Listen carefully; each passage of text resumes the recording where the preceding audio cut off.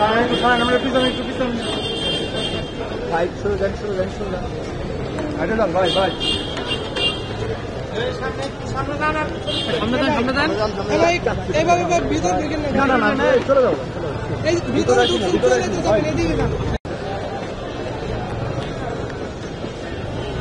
ভাই ফটো তোলার বিষয়ে কি জানি বলছিলেন ভাই সাধারণ ভাই ফটো তোলার বিষয়ে কি জানি বলছিলেন ফটো তোলার বিষয়ে কি জানি বলছিলেন ফটো তোলার বিষয়ে কি জানি বলছিলেন আপনি বাবা তোমাদের কাজ একটু ফটো তোলা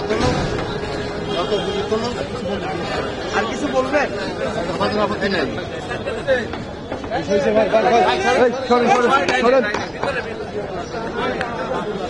ভাই সোনা মনে হয়েছে সোনা ভাই হয়েছে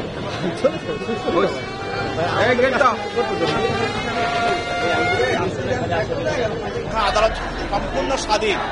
আদালত কাকে জামিন দিবে কাকে জামিন দিবে না তার প্রতি কোনো ধরনের চাপ বা নির্দেশনা নাই। আদালত যদি দেখেন কোনো মামলায় কোনো আসামি সে এই প্রাথমিকভাবে এটার সঙ্গে জড়িত নয় এবং সে নিরপরাধ এবং তাকে যে কোনো কারণে এই মামলাগুলোতে তাকে এজাহারভুক্ত করা হয়েছে অথবা তাকে গ্রেপ্তার দেখানো হয়েছে, আদালত তাদেরকে জামিন দিয়ে দিচ্ছেন।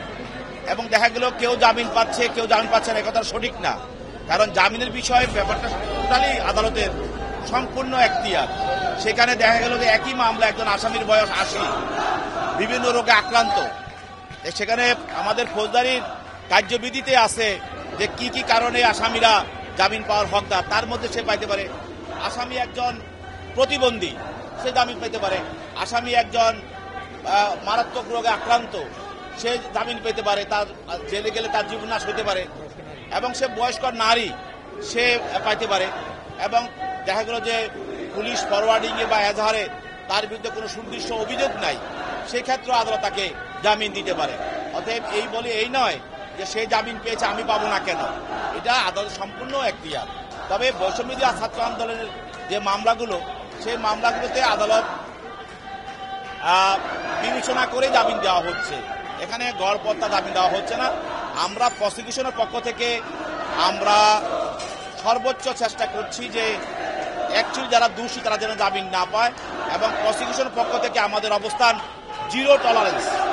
আপনারা জানেন যে জুলাই আগস্টকে কেন্দ্র করে এই বৈষম্য বিরোধী আন্দোলনকে কেন্দ্র করে এই যে হত্যা মামলাগুলো হয়েছে এবং হত্যা প্রচেষ্টা মামলা হয়েছে, তারই ধারাবাহিকতায় আজকে আদাবর থানায় একটা হত্যা মামলায় আসামিদেরকে গ্রেপ্তার করা হয়েছে। আসামির ভিতরে বীর মুক্তিযোদ্ধা এবং প্রাক্তন মন্ত্রী ব্যারিস্টার শাহজাহান ওমর এবং আইজি পুলিশের প্রাক্তন আইজিপি চৌধুরী আব্দুল্লাল মামুন এবং আসাদুজ্জামান সহ প্রায় ৩ জনকে এই মামলায় সোনের গ্রেপ্তার দেখানো হয়েছে। আমরা বিজ্ঞ আদালতে বলেছি যে এই যে আসামিদেরকে বারবার গ্রেপ্তার দেখানো হয় এবং বারবার রিমান্ডে নেওয়া হয় এবং এতে করে আইনের শাসনের পরিপন্থী এবং মানবাধিকার লঙ্ঘিত হচ্ছে, বাংলাদেশের সংবিধান লঙ্ঘন হচ্ছে।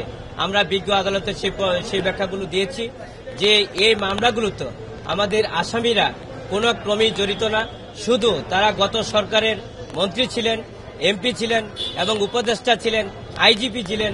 সেই কারণেই এই মামলাগুলোতে তাদেরকে বারবার হয়রানির জন্য গ্রেপ্তার করা হচ্ছে, রিমান্ডে নেওয়া হচ্ছে এবং কি তাদেরকে শুনানি দেখানো হচ্ছে, যা আইনের শাসনের পরিপন্থী এবং মানবাধিকার লঙ্ঘিত হচ্ছে বলে আমরা মনে করি।